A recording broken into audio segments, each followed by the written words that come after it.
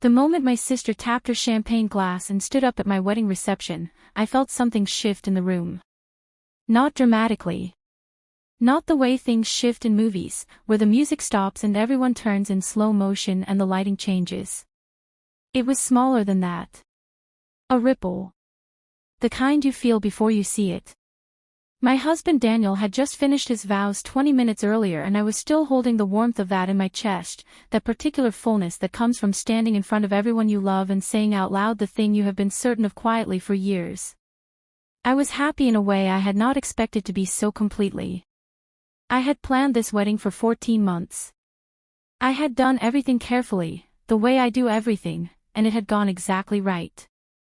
And then my sister Amanda stood up. She was wearing a dress that was almost white. I had noticed it when she arrived and said nothing because saying something would have made me look small, and I had decided weeks before that nothing was going to make me look small on my wedding day. She smiled at the room the way Amanda always smiled, wide and practiced, the kind of smile that asks to be looked at.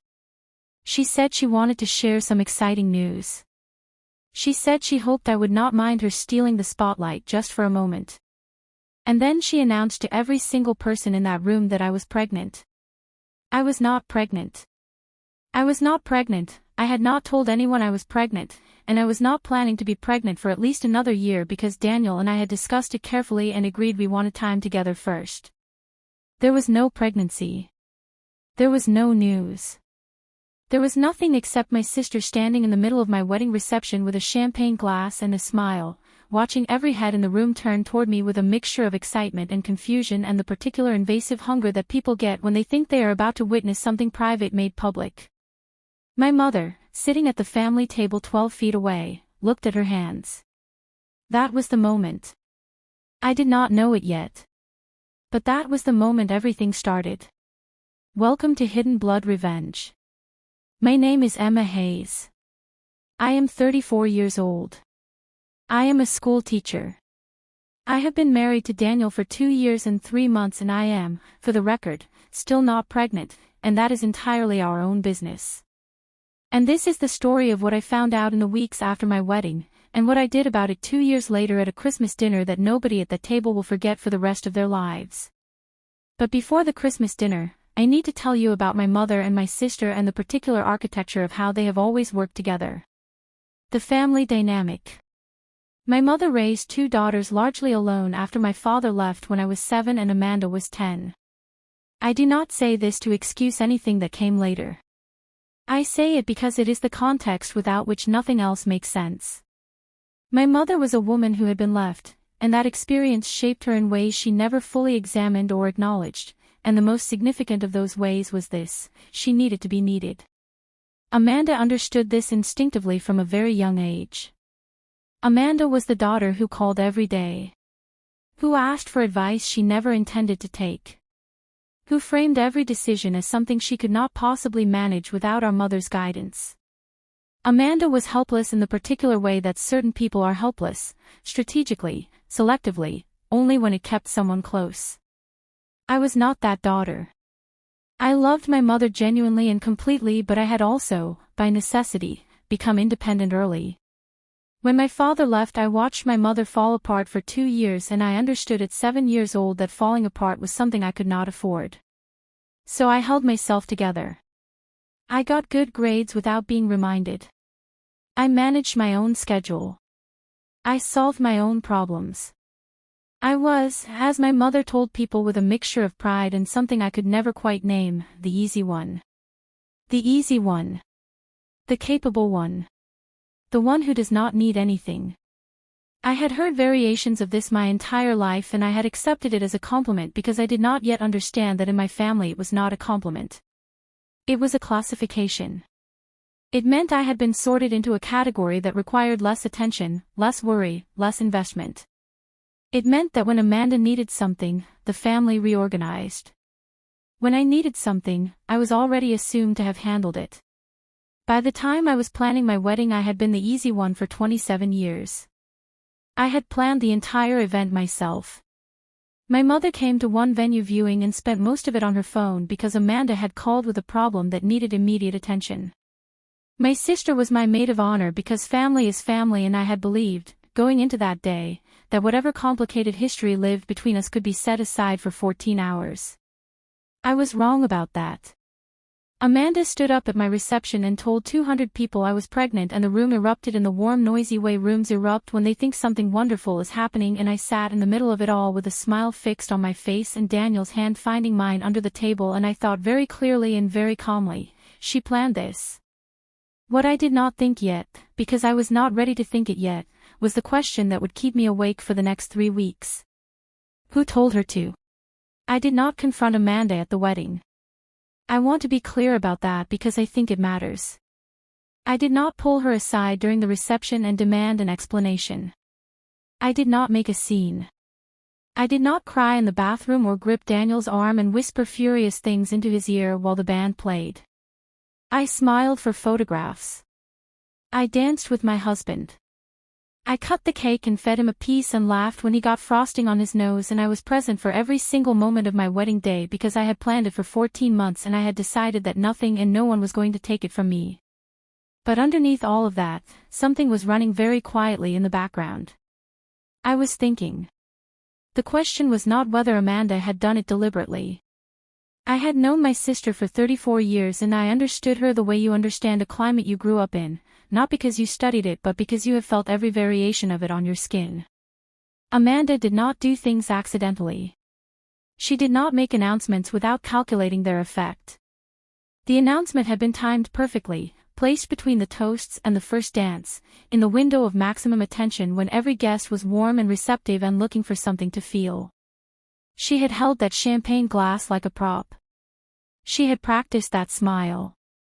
The question was where she had gotten the information. Because there was no information. I was not pregnant. So whatever Amanda had announced was either something she had invented entirely on her own, or something she had been told. And if she had been told, the only people who could have told her were people who had reason to believe it was true. Daniel and I had spoken privately, in our own home, about the possibility of trying in the following year. We had not told anyone. We had not hinted at it. We had not written it down or texted about it or mentioned it in any conversation that included another person. It was a private conversation between a husband and wife in their own kitchen on a Tuesday evening, and it was not the kind of thing that leaks on its own.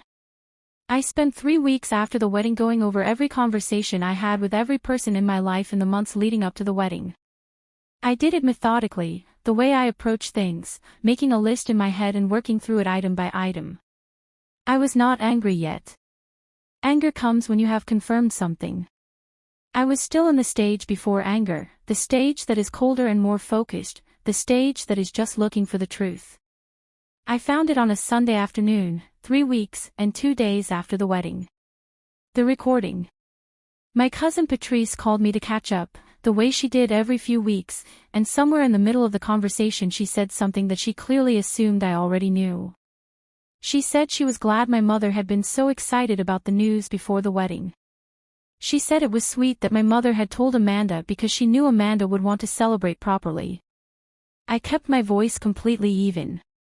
I asked Patrice to tell me exactly what she meant. Patrice paused. The pause was long enough that I understood she had just realized she had said something she should not have said. She tried to walk it back gently, the way people do when they are caught between two people they care about and do not want to damage either relationship. She said she must have gotten confused. She said she was probably misremembering. I told her she was not misremembering. I told her I was not going to be angry at her. I told her I just needed to understand what had happened. And Patrice, who is fundamentally a decent person caught in a family that rewards loyalty over honesty, told me. My mother had told her, 2 weeks before the wedding, that Daniel and I were expecting. She had said it with the particular excitement of someone sharing a secret they have been trusted with. She had asked Patrice not to say anything because it was not officially announced yet. She had framed it as insider knowledge, the kind that makes the person sharing it feel important and close. My mother had told Patrice. Which meant she had almost certainly told Amanda. Which meant the announcement at my wedding reception was not Amanda acting alone. It was Amanda acting on information my mother had supplied, possibly with the full understanding of what Amanda would do with it. I thanked Patrice. I told her she had done nothing wrong. I got off the phone and I sat in my kitchen for a long time without moving. Then I did something I had never done before in my life. I called my mother and I let her talk. I asked her gentle questions about the wedding and how she had felt about the day and whether she had enjoyed herself. And my mother, who did not know what Patrice had told me, relaxed into the conversation the way she always relaxed when she believed everything was fine. And somewhere in the middle of that relaxed and unguarded conversation she said, without apparently hearing herself say it, that she had just been so excited and she had only told a few people and she had not imagined Amanda would actually say something at the reception. I was recording the call on my phone. I had started recording the moment she picked up. I did not tell her that. I said I understood. I said these things happen. I said I loved her and I would see her soon. I hung up and I saved the recording in a folder I labeled simply, Christmas. And then I waited. The waiting. 2 years is a long time to wait.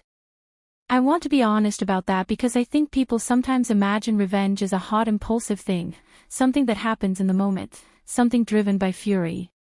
What I did was not that. What I did was cold and patient and deliberate in the way that only someone who has spent a lifetime being the easy one knows how to be. I had been patient my entire life. I had been waiting my entire life, in one way or another, for the moment when the people who took me for granted would finally understand what they had done. 2 years is nothing when you have been waiting that long. During those 2 years I was a good daughter. I attended family dinners. I brought food.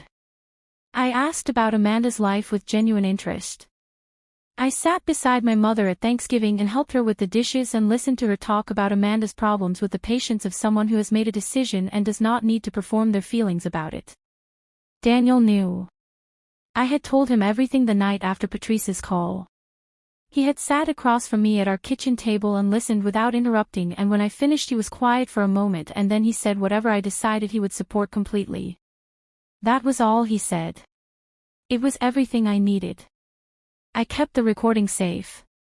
I added to the folder over the 2 years, small notes, dates, things my mother let slip in unguarded moments that confirmed what I already knew. I was not building a case for a courtroom. I was building a record for myself, because I have always believed that when you finally say the truth out loud you should be certain of every word. By the time Christmas came around in year 2 I was certain of every word. The dinner was at my mother's house, the way it always was.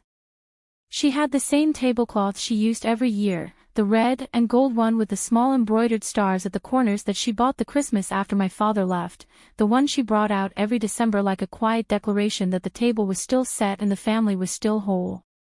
She had cooked for 2 days. The house smelled like it always smelled at Christmas, cinnamon and roasting meat and the particular warmth of a home that has decided, at least for one evening, to be peaceful. I arrived with Daniel at 6:30.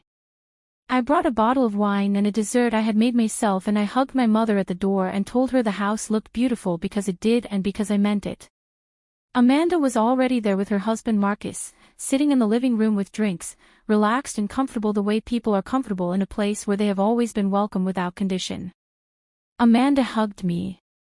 I hugged her back. We sat down to dinner at 7. The meal was good. My mother is a genuinely excellent cook and whatever else is true about her that will always be true and I have never pretended otherwise. We talked about the year, about Daniel's work, about Amanda's recent move to a bigger apartment, about a cousin's engagement, about nothing that mattered and everything that was safe. My mother refilled glasses and passed dishes and smiled at her table with the satisfaction of a woman who has held her family together by sheer force of will and knows it and needs it known. I ate everything on my plate. I complimented every dish. I was warm and present and completely myself. I waited until the dessert plates were cleared. The recording. I had thought carefully about how to do it. I did not want drama for its own sake. I did not want tears or shouting or the kind of scene that gets remembered for its noise rather than its truth. I wanted clarity. I wanted the kind of moment that cannot be argued with, cannot be reframed, cannot be explained away with the usual family language of misunderstanding and good intentions, and you know how she is. I wanted the truth to speak in my mother's own voice. When the dessert plates were cleared and the table had settled into that comfortable post-meal looseness where everyone is warm and slightly tired and their guard is at its lowest, I reached into my bag and placed my phone on the table. Amanda glanced at it. My mother continued talking about something, a neighbor's renovation, I think, a story she had been in the middle of. Marcus was looking at his own phone. Daniel was very still beside me in the way he had been very still all evening, present and calm, his hand resting near mine on the table. I said, "Mom, I need to play you something." My mother stopped talking.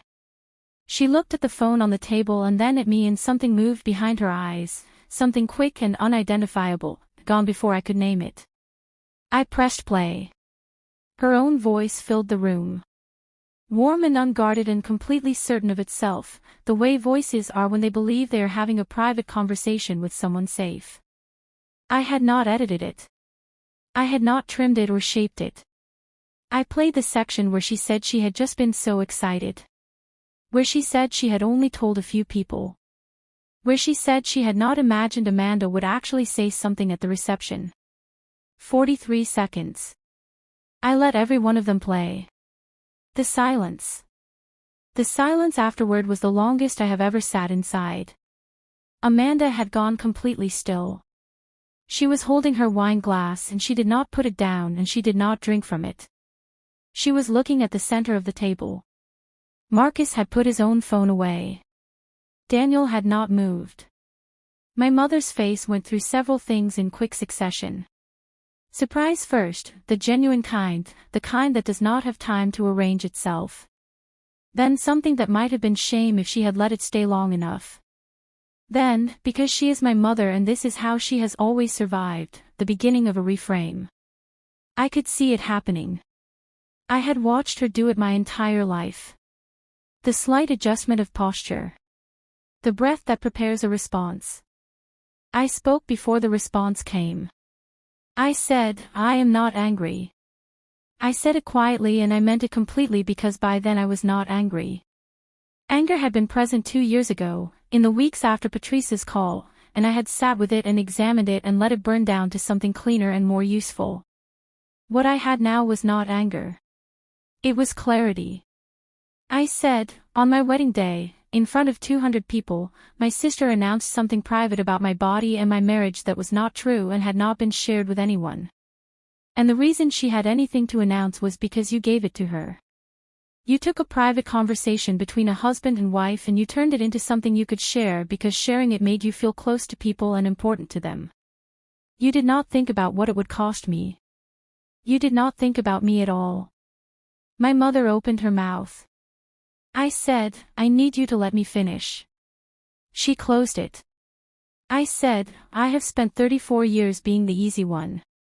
The capable one. The one who does not need anything. I accepted that because I believed it was simply how our family worked. What I understand now is that it was not a description of me. It was a decision you made about me. You decided I needed less. You decided my wedding was a place where Amanda's need to perform was more important than my right to a day that belonged to me. You decided, without asking, without considering, without a single moment of thought about what I might want, to hand my sister a piece of my private life like it was yours to give." Amanda had put the wine glass down. I looked at her directly for the first time since I had pressed play. I said, "I know you knew what you were doing when you stood up at that reception. I know it was not impulse. I am not going to perform forgiveness. I do not feel or pretend that what you did was a mistake rather than a choice. What I will tell you is that I am done organizing my life around protecting your feelings at the expense of my own." I picked up my phone. I put it back in my bag. I said, "The food was incredible, Mom. It always is." I stood up. Daniel stood with me. We carried our plates to the kitchen the way we always did, because I was raised with manners and I intended to keep them. We put on our coats. I hugged my mother at the door, carefully, the way you hug someone you love and are also finished explaining yourself to. We drove home in a comfortable quiet. My phone showed 3 missed calls by the time we pulled into our driveway. By midnight it was 11. By morning it was 26. I made coffee. I sat by our window. Outside, the Christmas lights on the street were still on, blinking slowly in the dark, and I watched them for a long time and I felt something I had not felt in years. I felt like the room was finally the right size for me. I have not been back to that Christmas table. But I sent my mother a card in January. Because she made a beautiful dinner. And some things you hold on to. And some things, quietly and without apology, you finally let go. Asterisk, if someone in your family has ever taken something of yours and called it love, leave a comment. Tell me where you are watching from. Subscribe for the next one, asterisk. Asterisk, this is Hidden Blood Revenge. Where the quiet ones finally tell their side.